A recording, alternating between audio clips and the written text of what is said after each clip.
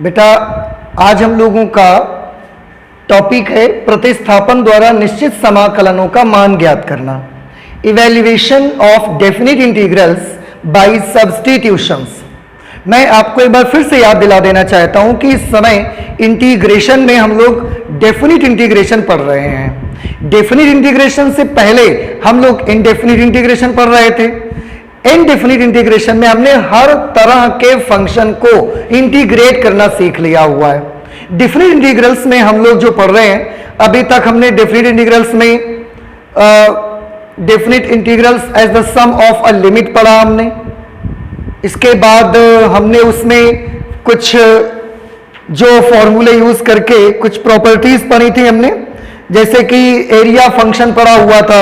Area function के बाद fundamental theorem of calculus भी हमने स्टडी की थी और उनके बेसिस पर हम लोग अभी क्वेश्चन सॉल्व कर रहे थे। ये आज हमारा एक नया डेफिनिट इंटीग्रल्स में ही एक नया मेथड है कि प्रतिस्थापन द्वारा निश्चित समाकलनों का मान आप कैसे ज्ञात करेंगे।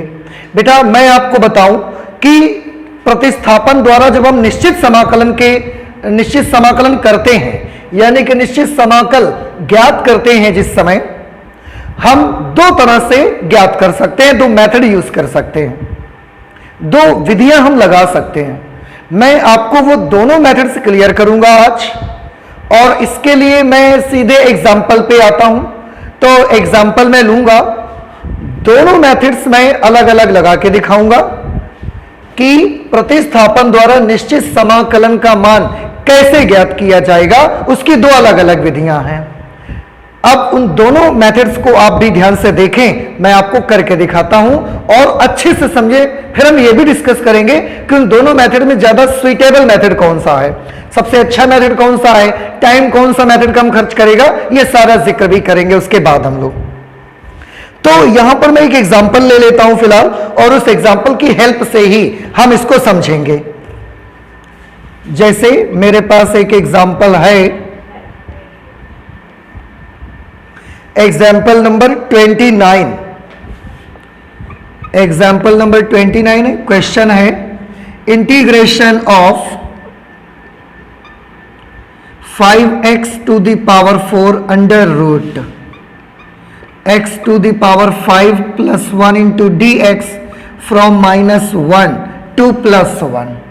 ये हमारा एग्जाम्पल नंबर 29 है। Integration of 5x to the power 4 under root x to the power 5 plus 1 dx from -1 to +1।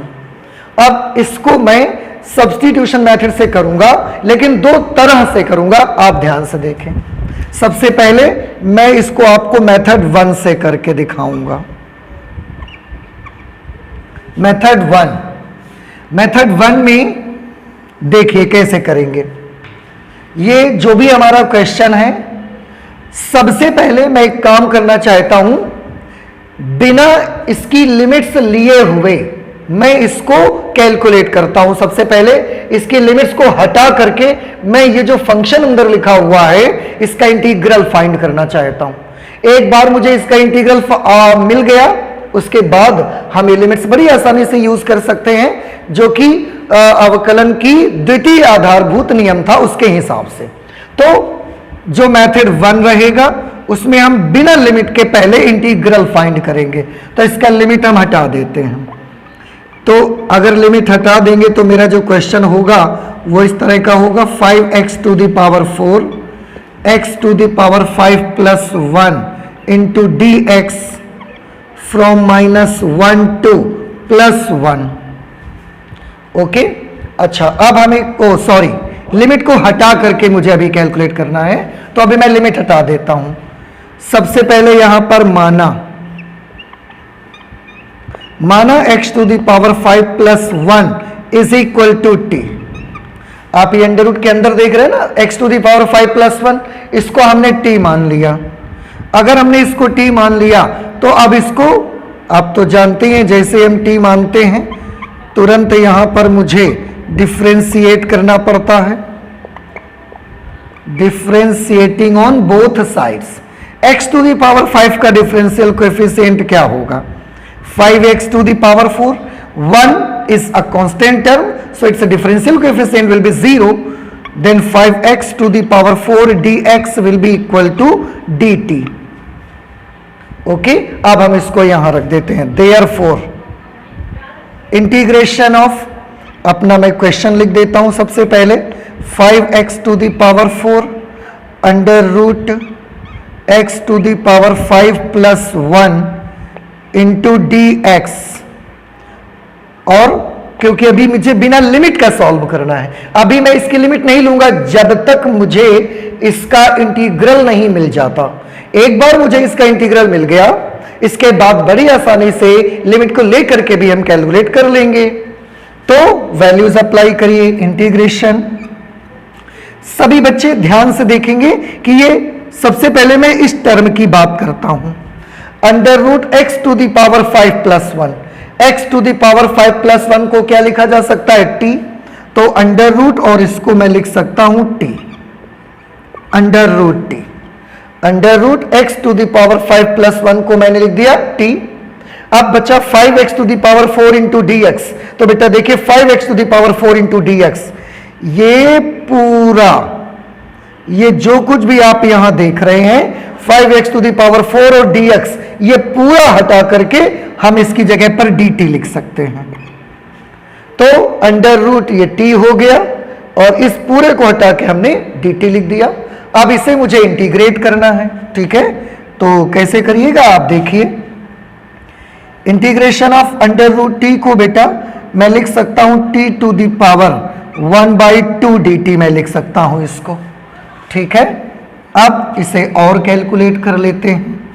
x to the power n का इंटीग्रल क्या होता है, आप सभी फॉर्मूला पढ़े हुए हैं, x to the power n plus 1 upon n plus 1. So what will be the integral of t to the power 1/2. इसका हम सबसे पहले फॉर्मूला लगा देते हैं. t to the power 1/2 plus 1, 1/2 plus 1 upon 1/2 plus 1 plus c, ऐसा. अब इसे सॉल्व कर लीजिए. तो t to the power 3/2 upon 1/2 plus 1 कितना हो जाएगा, 3/2. Sorry, because this is definite integral. तो हम पहले डिस्कस कर चुके हैं अपनी एक क्लास में कि डेफिनिट इंटीग्रल में हम कांस्टेंट टर्म का यूज नहीं करेंगे. अगर आप कर भी लेंगे तो हमने आपको दिखाया था कि जब आप लिमिट अप्लाई करेंगे तो ये कांस्टेंट टर्म हट जाएगा, कैंसल हो जाएगा. तो आपको सिर्फ और सिर्फ इस फंक्शन के इंटीग्रल से मतलब है, इसलिए आप कांस्टेंट टर्म मत यूज करें क्योंकि ये डेफिनिट इंटीग्रल है. आप कांस्टेंट टर्म यूज ही मत करिए. ओके, अच्छा. तो इस तरह से हमने इसकी जो वैल्यू निकाली वो कितनी आई बेटा, पहले इसको नोट कर लेते हैं. 5x to the power 4 under root x to the power 5 plus 1 into dx from minus, sorry अभी लिमिट्स नहीं, इज इक्वल टू, ये नंबर पलट जाएगा तो ये हो जाएगा 2/3. t की जगह पर मुझे क्या लिखना पड़ेगा, t की जगह मुझे लिखना पड़ेगा x to the power 5 plus 1, x to the power 5 plus 1. और हमने इसकी पावर कितनी लगा दी, 3/2. आप सर्कुलर ब्रैकेट ही लगा रहने दें और इसकी पावर में हमने लगा दिया 3/2. ओके, फिर से आप देखें 2/3, ये नंबर पलट करके 2/3 बन गया.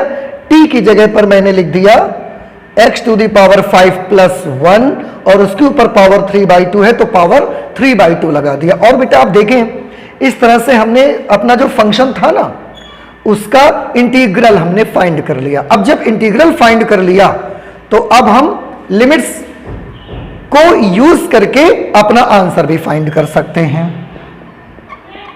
Therefore integration of 5x to the power 4 under root x to the power 5 plus 1 into dx from -1 to +1 is equal to, सबसे पहले इसका इंटीग्रल कितना आया है, ये आया है.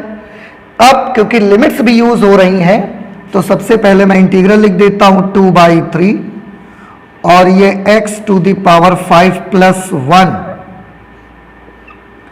इसकी पावर 3/2 और क्योंकि लिमिट्स -1 से +1 है तो मैं अब लिमिट्स को यहां लिख दूंगा। आप याद करें पिछली क्लासेस में भी हमने जो क्वेश्चन सॉल्व किए उनमें जब हमारे फलन का हमको इंटीग्रल मिल जाता था, तो जब इंटीग्रल मिल जाता था उसके बाद ये जो लिमिट अभी फंक्शन में लेफ्ट लगी हुई है अब ये राइट में हम इसमें लगा देते हैं। मैं एक बार फिर से आपको बता देता हूं, आप सभी ध्यान से देखें। ये अभी हम प्रतिस्थापन द्वारा निश्चित समाकलन ज्ञात करने की पहली विधि सीख रहे हैं। हमारे पास दो मेथड्स हैं, मैं दोनों अभी आपको क्लियर करूंगा। पहली विधि में क्या करना है, आपको लिमिट्स हटा करके अपने फंक्शन को इंटीग्रेट करना है। कैसे? जैसे आप इंडिफिनिट इंटीग्रेशन में करते थे, सेम मेथड, और t की जगह वैल्यू भी लिख देना है तो आपका फंक्शन फिर से x में ही आ जाएगा। अब इसका इंटीग्रल आ गया। जब आपको आपके फंक्शन का इंटीग्रल मिल जाए उसके बाद आप लिमिट यूज कर सकते हैं। तो लिमिट कैसे यूज करेंगे, इसका इंटीग्रल हम लिखेंगे, उसमें लिमिट्स फ्रॉम -1 to +1 यहां पर लिख देंगे इंटीग्रल आ जाने के बाद। अच्छा, आप सोचेंगे इंटीग्रल तो ये पूरा था तो पूरा इसके अंदर क्यों नहीं है। मैं फिर से आपको बताऊं, पिछली क्लासेस में भी हम आपको बता चुके हैं कि 2/3 कांस्टेंट टर्म है और कांस्टेंट टर्म में लिमिट का कोई इफेक्ट नहीं होता, इसलिए मैं कांस्टेंट टर्म को बाहर कर लेता हूं। अब मुझे लिमिट अप्लाई करनी है। कैसे लिमिट अप्लाई की जाएगी, आप सभी बच्चे जानते हैं। सबसे पहले क्या करना है, फंक्शन में या इंटीग्रल जो हमारा ये है उसमें वेरिएबल की जगह अपर लिमिट लिखें। तो लिखिए x की जगह पर 1 लिखेंगे और 1 to the power 5 की वैल्यू क्या आएगी, 1 to the power 5 की वैल्यू 1 ही आएगी। तो ये 1 + 1 means 2 to the power 3/2 minus x की जगह 1 लिखा ना, 1 की घात 5 करोगे 1 आएगा, 1 + 1 2 हो जाएगा, 2 की घात 3/2 माइनस। अब इसी x की जगह हम -1 लिख देंगे। बेटा जब -1 लिखोगे और -1 की घात 5 करेंगे आप, -1 to the power 5, -1 to the power 5 की वैल्यू -1 आएगी। मैं एक चीज आपको बता दूं, आप सभी बच्चे हमेशा याद कर लें, अगर -1 to the power कोई इवन नंबर लगाए तो उसकी वैल्यू +1 आएगी, लेकिन अगर -1 to the power कोई ऑड नंबर है तो उसकी वैल्यू -1 आएगी। इस चीज को भी आपको हमेशा याद रखना है। यहां पर जब आप -1 to the power 5 करेंगे तो माइनस आएगा। फिलहाल जैसे आप माइनस यहाँ लिखेंगे, -1 की घात आपको 5 करना पड़ेगा। अब -1 की घात 5 की वैल्यू कितनी है, -1, वो -1 और ये +1 कितना हो जाएगा, 0। 0 to the power 3/2 is again 0, तो ये पूरा टर्म ही 0 के बराबर रहेगा। आई होप कि समझ आ गया होगा आपको। अच्छा, अब इसे और कैलकुलेट कर लेना है, और कैलकुलेट करना है तो देखिए कैसे करेंगे। ये हमारा जो लेफ्ट हैंड साइड है ये ऐसा ही लिखा रहेगा, 5x to the power 4 into √x to the power 5 + 1 into dx from -1 to +1, okay, is equal to 2/3 और इसकी वैल्यू अब फाइंड करनी है 2 to the power 3/2। बेटा 2 to the power 3/2 को मैं ऐसे भी तो लिख सकता हूं, 2 to the power 3 to the power 1/2। आप फिर से सॉल्व करेंगे, ये 2 to the power 3/2 फिर आपको मिल जाएगा। लेकिन ऐसा करने से 2 to the power 3 का क्या हुआ, 8, और 8 to the power 1/2 का मतलब √8। भाई ये 8 हो गया, 8 to the power 1/2 मीन्स √8, और √8 की वैल्यू आप सभी जानते हैं 2 √2 आ जाते हैं। 2 2 4 2 8, तो मैं 2 to the power 3/2 की जगह लिख सकता हूं 2 √2। ओके, अब इसको इससे कैलकुलेट कर देंगे तो यह आ जाएगा 4 √2/3। This will be our answer of your example number 29 by method 1। ये हमने मेथड 1 लगाया, तो मेथड 1 का मैं एक बार फिर से आपको कंक्लूजन दे देता हूं कि क्या मैंने किया। सबसे पहले आपको लिमिट्स हटा करके अपने फंक्शन का इंटीग्रल फाइंड करना है। कैसे, जैसे आप इनडिफिनिट इंटीग्रल में करते थे। एक बार इंटीग्रल फाइंड हो जाए, मिल जाए, उसके बाद फिर आप उसी में लिमिट्स को यूज करके, लिमिट अप्लाई करके अपना आंसर निकाल सकते हैं। ठीक है, अच्छा, एक तो मेथड ये है, एक दूसरा मेथड भी मैं आपको करके दिखाता हूं, आप देखिए। तब तक इसे आप जरूर नोट कर लीजिएगा, ये बहुत इंपॉर्टेंट चीजें हैं, इनकी जरूरत मुझे इस क्वेश्चन में पड़ी थी। ओके, अब हम चलते हैं मेथड 2 को सॉल्व करने। यहीं पर मैं करके दिखाता हूं so that you can compare both the methods and you will be able to understand the methods. Method 2 यहां पर यूज करना चाहते हैं हम। मेथड 2 में हम क्या करेंगे, ध्यान से सभी बच्चे देखेंगे। ये जो हमारा क्वेश्चन है ना, इसको हम एज इट इज नोट कर लेंगे। 5x to the power 4 under root x to the power 5 plus 1 into dx from -1 to +1। अब क्या करेंगे, ध्यान से देखिए। इस बार हम लिमिट्स को हटाएंगे नहीं, इस बार लिमिट्स को हटाएंगे नहीं, लगे रहने देंगे। यहां पर लिखा माना x to the power 5 plus 1 is equal to t। जैसे ही t मानेंगे, आपको तो मालूम है तुरंत डिफरेंशिएट करना पड़ता है हमको। Differentiating on both sides, x to the power 5 को डिफरेंशिएट करेंगे तो ये होगा 5x to the power 4 dx is equal to dt। 5x to the power 4 dx is equal to dt। ये हमने इसको कर लिया, तो जहां मुझे ये मिलेगा उसकी जगह मैं dt लिखूंगा। हां, अब एक चीज और यहां समझने की है, जब आप ये x to the power 5 plus 1 की जगह t लिखोगे, 5x to the power 4 dx की जगह dt लिखोगे, तो बेटा इंटीग्रेशन के अंदर आपका जो पूरा का पूरा ये फंक्शन है dx तक, ये पूरा का पूरा वेरिएबल t में कन्वर्ट हो जाएगा। भाई आप x to the power 5 plus 1 की जगह पे क्या लिख देंगे, t। 5x to the power 4 dx की जगह क्या लिख देंगे, dt। तो इंटीग्रेशन के अंदर लिखा पूरा का पूरा फंक्शन आपका t में कन्वर्ट नहीं हो जाएगा, कन्वर्ट हो जाएगा, पूरा का पूरा फंक्शन t में आ जाएगा। अब प्रॉब्लम इस बात की है बेटा कि यहां जो लिमिट्स हैं, ये लिमिट्स उस समय क्वेश्चन में हैं जब हमारा वेरिएबल x है। लिमिट्स -1 और अपर लिमिट +1 उस वक्त हैं जब हमारे क्वेश्चन का वेरिएबल x है। लेकिन जैसे ही हम ये सब यहां पर वैल्यूज अप्लाई करेंगे, हमारे यहां पर फंक्शन में तो वेरिएबल t आ जाएगा, लेकिन लिमिट्स तो अभी भी x वाली ही बनी रहेंगी, -1 से +1। तो यहां पर मुझे जरूरत इस बात की है कि मैं न सिर्फ फलन को t में चेंज करूं, बल्कि लिमिट्स को भी, जो कि अभी x की हैं, -1 से +1, मैं इन लिमिट्स को भी t में चेंज कर लूं। क्योंकि जब पूरे फंक्शन का वेरिएबल x से बदलकर t में बदल रहा है, तो ये हमारी अब जिम्मेदारी होगी, ये एक बड़ा इंपॉर्टेंट हिस्सा होगा कि मुझे उन लिमिट्स को भी x से बदलकर t में कन्वर्ट करना ही पड़ेगा। अदरवाइज आप नहीं कर पाएंगे, फिर क्वेश्चन गलत हो जाएगा। क्योंकि पूरा का पूरा क्वेश्चन तो वेरिएबल t में बन जाएगा, लिमिट्स अभी भी आप x वाली यूज कर रहे हो, तो आप अप्लाई करके आंसर फाइंड आउट नहीं कर सकते हैं। तो हमारा तरीका क्या होगा फिर? तरीका यह है कि अगर आप पूरे फलन को बदलकर वेरिएबल t में करने जा रहे हैं, तो प्लीज आप ये जो लिमिट्स हैं, जो अभी -1 से +1 वेरिएबल x को रिप्रेजेंट करती हैं, इन लिमिट्स को भी आप वेरिएबल t में कन्वर्ट कर लें। कैसे कर सकते हैं ये वाला काम? हम ये काम ऐसे कर सकते हैं कि पहले जिसको आपने ये t माना हुआ है, वहां पर पहले आप वेरिएबल x की जगह पर लोअर लिमिट लिखो और t की वैल्यू निकाल लो। फिर वेरिएबल x की जगह अपर लिमिट लिखो और t की वैल्यू निकाल लीजिए।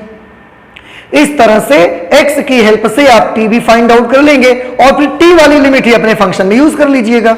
तो चलिए पहले लिमिट्स भी फाइंड आउट कर लेते हैं। तो यहां पर मैं करूंगा कि if x is equal to -1, पहले मैं लोअर लिमिट को t में कन्वर्ट करना चाहता हूं, उसके लिए मैं -1 को x के स्थान पर लिखूंगा, क्योंकि x की वैल्यूज हैं, x की जगह पर लिखूंगा। Then t is equal to, देखिए x की जगह -1 लिखिए, -1 टू द पावर 5 की वैल्यू कितनी आएगी, -1, -1 + 1 क्या हो जाएगा, 0, तो t की वैल्यू कितनी आ जाएगी, 0, और यही क्या होगी, लोअर लिमिट। हमारा जो न्यू फंक्शन बनेगा उसकी लोअर लिमिट यही होगी, क्योंकि लोअर लिमिट से हमने फाइंड आउट किया है। And if x is equal to 1, क्योंकि दूसरी अपर लिमिट क्या है, 1, then t is equal to, अब x की जगह जब आप 1 लिखोगे +1, 1 टू द पावर 5 1 होगा, 1 + 1 कितना हो जाएगा, 2, तो t की वैल्यू 2 मिल जाएगी।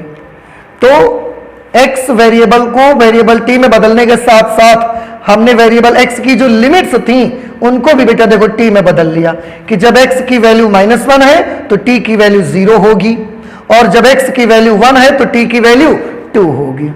अब अप्लाई करते हैं हम अपने क्वेश्चन पे। Therefore integration of 5x to the power 4 under root x to the power 5 + 1 into dx from -1 to +1 is equal to, ध्यान से देखिए, ये under root x to the power 5 + 1, x to the power 5 + 1, तो इसको तो मैंने लिख दिया अंडर रूट t, और ये जो 5x to the power 4 dx देख रहे हैं, 5x to the power 4 dx, इस पूरे को हटा के इसकी जगह पर लिख देंगे dt। और अब देखिए लिमिट -1 से +1 लिखना है, -1 से +1 लिखना है, या 0 to 2 लिखना है।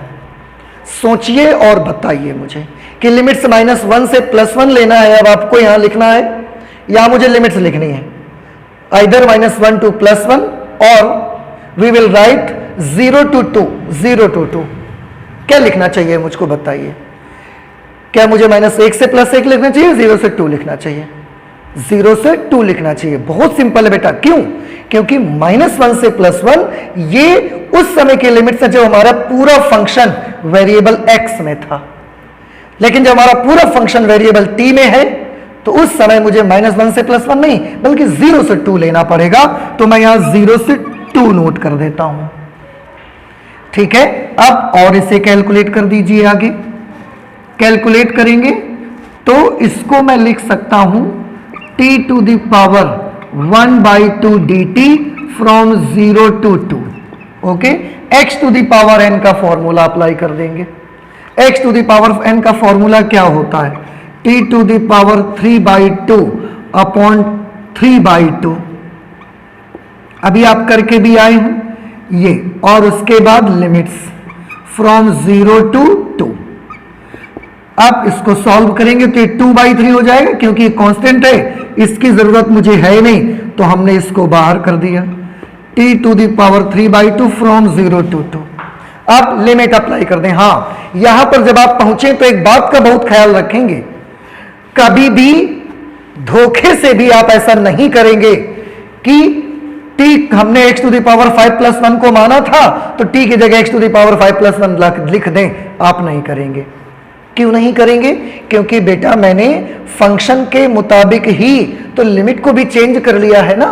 जब फंक्शन के अकॉर्डिंग हमने लिमिट को चेंज कर लिया है तो हमें कोई जरूरत नहीं है वापस से t की जगह x टू द पावर 5 + 1 लिखने की। हमें कोई जरूरत नहीं है फिर से t को x में कन्वर्ट करने की, हमें कोई जरूरत नहीं है। हमने वेरिएबल के साथ, फंक्शन में वेरिएबल के साथ साथ लिमिट्स को भी चेंज कर लिया है, इसलिए मुझे बिल्कुल जरूरत नहीं है। मैं t वाले फंक्शन में ही t की लिमिट्स को यूज कर सकता हूं, कोई प्रॉब्लम नहीं है। तो आप कभी भी जब ये मेथड यूज करेंगे तो कभी भी इस मेथड से t की जगह पर वापस ये लिखेंगे नहीं आप, क्योंकि अगर फिर से लिख देंगे ये तो हमारा फंक्शन किस में हो जाएगा, x में, और उस समय ये लिमिट्स किसकी है, t की, तो फिर आप गलती कर देंगे। ठीक है, तो आप दोबारा नहीं लिखेंगे। हाँ, इस मेथड में आपने लिखा था, इसमें नहीं लिखेंगे, क्योंकि इस मेथड में लिमिट को चेंज भी तो नहीं किया था हमने, उसमें तो हमने लिमिट को चेंज कर लिया है। तो ये हमें लिख दिया 2/3। अब t की जगह पहले ये अपर लिमिट लिखी, क्योंकि अभी यहां वेरिएबल t है, तो मैं लिखूंगा 2 टू द पावर 3/2 माइनस, अब t की जगह 0 लिखेंगे तो 0 to the power 3/2, this is 2/3, 2 to the power 3/2। अभी मैंने यहां वैल्यू बताई थी 2 to the power 3/2 की वैल्यू 2√2, 2√2, क्योंकि बेटा ये 0 हो गया।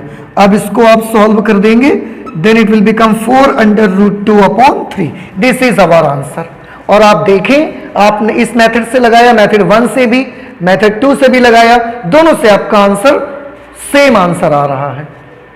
और एक चीज और देखिए, इस क्वेश्चन का साइज देखिए, इस क्वेश्चन का साइज देखिए, दोनों में आपको ये वाला मेथड ज्यादा अच्छा लगेगा, आसान लगेगा, साइज में भी छोटा होगा। बस ध्यान ये रखना है कि लिमिट्स मुझे, जब मैं वेरिएबल चेंज करूंगा तो मुझे लिमिट्स भी उस समय चेंज करनी पड़ेंगी। और आखिरी में जाके फिर से आप t की जगह पर x वाली वैल्यूज लिखेंगे नहीं, t में ही लिमिट्स अप्लाई करेंगे, क्योंकि लिमिट्स t में ही हमने निकालनी है। ठीक है, तो ये हमारा दूसरा मेथड था। तो इस एग्जांपल नंबर 29 को मैंने दोनों मेथड्स से लगा के आपको दिखाया है, दोनों मेथड्स आपके सामने हैं। प्लीज आप इसे देखें, प्रैक्टिस कर, आपको जरूर आ जाएगा ये तरीका। इसके बाद एक एग्जांपल और सॉल्व करेंगे, इसमें एग्जांपल नंबर 30, उसको भी मैं दोनों मेथड्स से आपको लगा के दिखाता हूं, आप ध्यान से देखिए। एग्जांपल नंबर 30 है हमारा integration of tan inverse x upon 1 plus x square dx from 0 to 1। इसको भी मैं प्रतिस्थापन द्वारा, निश्चित समाकलन है तो इसका मैं मान निकाल के आपको दिखाऊंगा, और दोनों मेथड्स से। एंड आई होप कि अगर आपको पहली बार में मेथड थोड़ा क्लियर हो गया होगा तो दूसरी बार में अब और भी अच्छे से आ जाएगा। सबसे पहले मैं मेथड 1 यूज करता हूं। याद करें मेथड 1 को कैसे यूज करना है, बिना लिमिट। तो मैं क्वेश्चन नोट कर लेता हूं, tan inverse x upon 1 plus x square dx बिना लिमिट के। सबसे पहले यहां पर हमने माना tan inverse x is equal to t। जैसे ही t मानेंगे तुरंत मुझे यहां पर अवकलन करना पड़ेगा।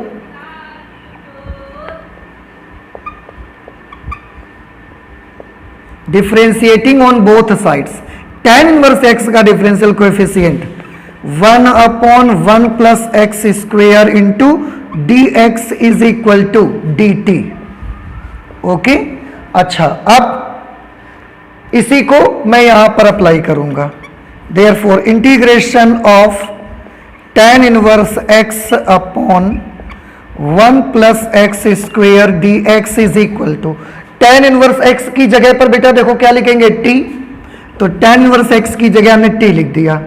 अब dx upon 1 plus x square, dx upon 1 plus x square, इस पूरे को इसकी जगह पे क्या लिख सकते हैं, dt। तो इसको तो हमने t लिख दिया, और dx upon 1 plus x square की जगह पर मैं लिख दूंगा dt। ठीक है, अब इसको इंटीग्रेट करिए, t dt, जिस तरीके से इंटीग्रेशन ऑफ x dx की वैल्यू x स्क्वायर बाई 2 होती है, similarly integration of t dt की वैल्यू क्या होगी, t dt की वैल्यू होगी t स्क्वायर बाई 2। ठीक है, अब t की जगह पर हम ये मान लिख देते हैं, तो इसका बेटा आंसर आ जाएगा integration of tan inverse x upon 1 plus x square into dx। इसकी वैल्यू क्या आ गई, इसकी वैल्यू यही तो है ना लेफ्ट हैंड साइड पे, is equal to t square by 2। मैं इसको लिख देता हूं 1/2 into t square. T square means tan inverse x whole square, t square means tan inverse x whole square. तो मैंने इसका इंटीग्रल फाइंड आउट कर लिया। आपने देखा इस मेथड में बिना लिमिट के मैंने सबसे पहले कहां तक इसको पहुंचाया, इंटीग्रल तक पहुंचाया, और इसको मैंने t में नहीं छोड़ा, वापस t का मान रखा है। लेकिन मेथड 2 में वापस t का मान नहीं रखना होगा आपको। ठीक है, ये दोनों का फर्क देखते जाइए आप। अब इसी में मैं लिमिट यूज कर लेता हूं। Therefore integration of tan inverse x upon 1 plus x square into dx from 0 to 1 is equal to, इसका इंटीग्रल ये है, और अब हमने लिमिट लगा दिया, तो इंटीग्रल में लिमिट अप्लाई कर दीजिए। 1/2 tan inverse x whole square, ये इंटीग्रल है। अब इसमें मुझे लिमिट अप्लाई करनी है फ्रॉम 0 to 1। आप सोचेंगे इंटीग्रल में तो 1/2 भी आता था, तो बाहर क्यों? तो बड़ा सिंपल है, मैं बार बार आपसे कहूंगा कि 1/2 एक अचर पद है और लिमिट अप्लाई करते समय अचर पद कोई भी रोल प्ले नहीं करता, इसलिए मैं इसको हटा देता हूं, बाहर कर देता हूं। इसे आप अप्लाई कर लीजिए। लिमिट कैसे करेंगे? सबसे पहले वेरिएबल की जगह अपर लिमिट, तो मैं इसे लिखूंगा tan inverse 1 whole square minus, अब इसे x की जगह लोअर लिमिट, तो tan inverse 0 whole square, this is 1/2 tan inverse, और बेटा 1 को मैं लिख सकता हूं tan π/4, ये होल स्क्वायर मैंने लगा दिया। tan इनवर्स 1 की जगह tan π/4 और पूरे का स्क्वायर माइनस tan इनवर्स 0 की जगह मैं लिख सकता हूं tan 0, क्योंकि tan 0 का मान 0 रहता है, और उसके बाद ये square, this is 1/2 tan inverse tan π/4। आप सभी जानते हैं tan इनवर्स tan थीटा की वैल्यू थीटा होती है, तो tan इनवर्स tan π/4 की वैल्यू π/4 आएगी। π/4 इसकी वैल्यू आई पूरी, और उसके ऊपर मुझे स्क्वायर करना है, square minus tan inverse tan 0 की वैल्यू क्या आएगी? 0, और उस 0 के ऊपर आपको ये स्क्वायर लगाना है। सॉल्व कर लीजिए, ये तो खत्म हो गया इसका काम। ये π² आया, और उसको हम इस 1/2 से मल्टीप्लाई करवा देंगे, तो क्या आंसर आ जाएगा? π²/32। बेटा ये हमारे इस क्वेश्चन का फाइनल आंसर होगा मेथड 1 से। ठीक है, इसमें क्या किया? सबसे पहले बिना लिमिट के अपने फंक्शन का इंटीग्रल फाइंड करिए, x के टर्म्स में ही इंटीग्रल फाइंड करने के बाद फिर लिमिट भी अप्लाई कर दीजिए ऐसे। अब हम इसका मेथड 2 लगाते हैं, जिसमें हम लिमिट को हटाएंगे नहीं, साथ में बना के रखेंगे, और फंक्शन के साथ साथ लिमिट को भी मैं दूसरे वेरिएबल में चेंज कर दूंगा। ठीक है, तो उसको भी मैं अब सॉल्व करके आपको दिखाता हूं, आप उसे भी देखिए। Method 2,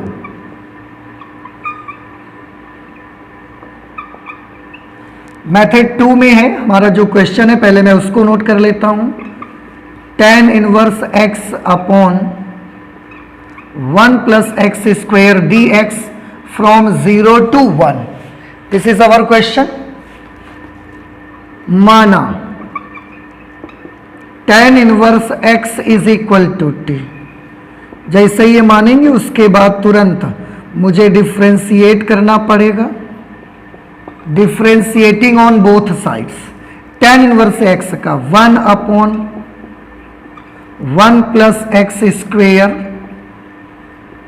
dx is equal to dt। और इसके इस मेथड में न सिर्फ अवकलन करके छोड़ देंगे, बल्कि हम हमारे क्वेश्चन में जो ये वेरिएबल x की लिमिट्स 0 और 1 हैं, इन्हें हम t में भी कन्वर्ट करेंगे। कैसे करेंगे?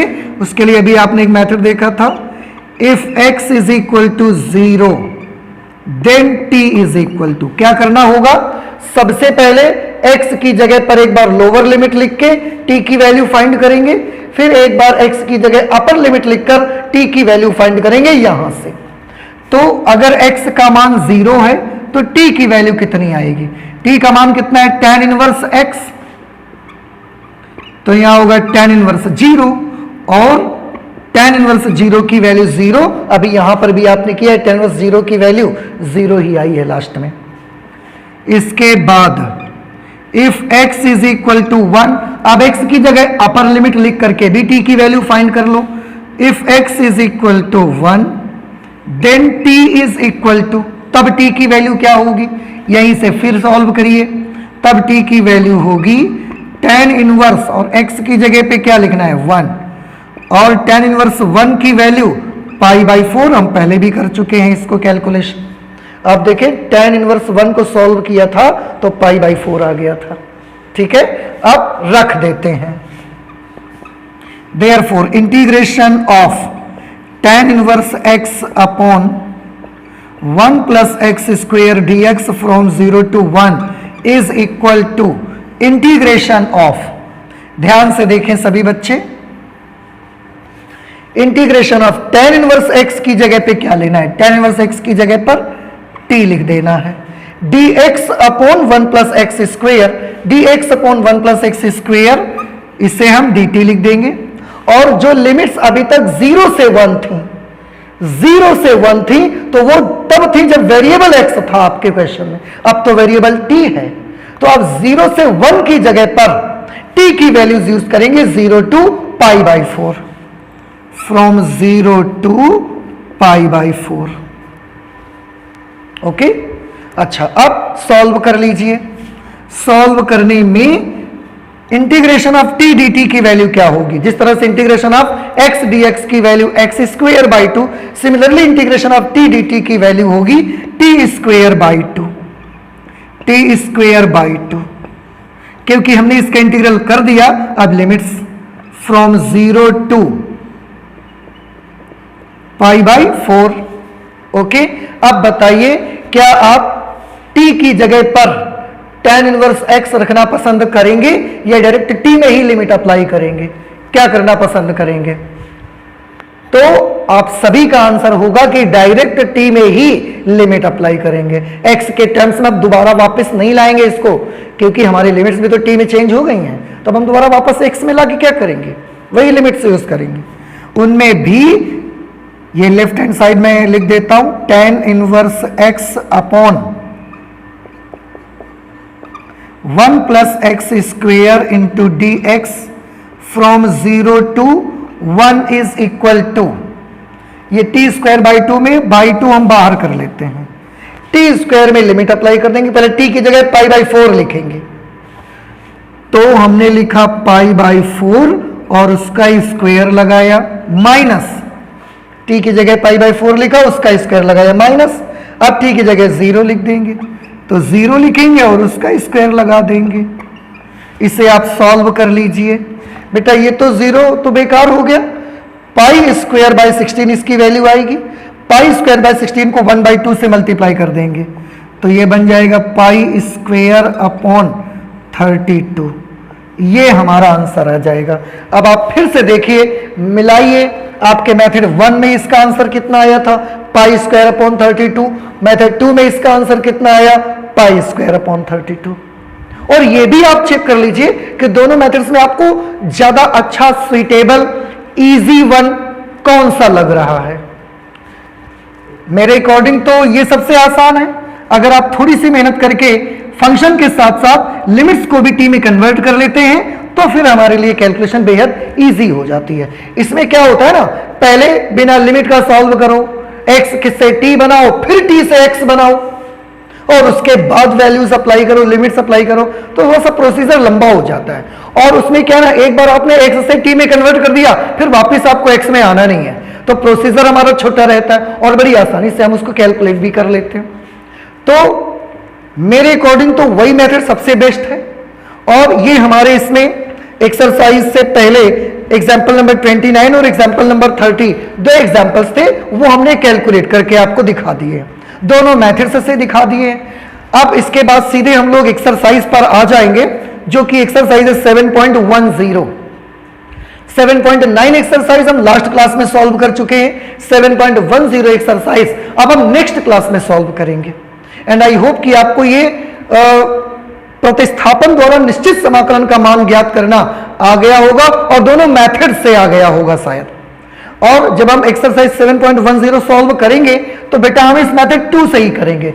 अब हर क्वेश्चन में मैं आपको मेथड 1 करके नहीं दिखाऊंगा, आप चाहें so for your convenience you can do by method 1, तो आप कर सकते हैं, लेकिन मैं जब एक्सरसाइज 7.10 सॉल्व करूंगा तो मैं मेथड 2 से ही सॉल्व करके आपको दिखाऊंगा, ताकि हमारा क्वेश्चन भी आसान हो और थोड़ा सा जल्दी से हम लोग आगे बढ़ सकें। तो आज बेटा हम लोग अपनी क्लास में इतना ही रखेंगे, आगे और भी बहुत अच्छी अच्छी चीजें पढ़ाई करेंगे, लेकिन नेक्स्ट क्लास में करेंगे। तो चलते हैं, मिलते हैं अगली क्लास में। Thank you.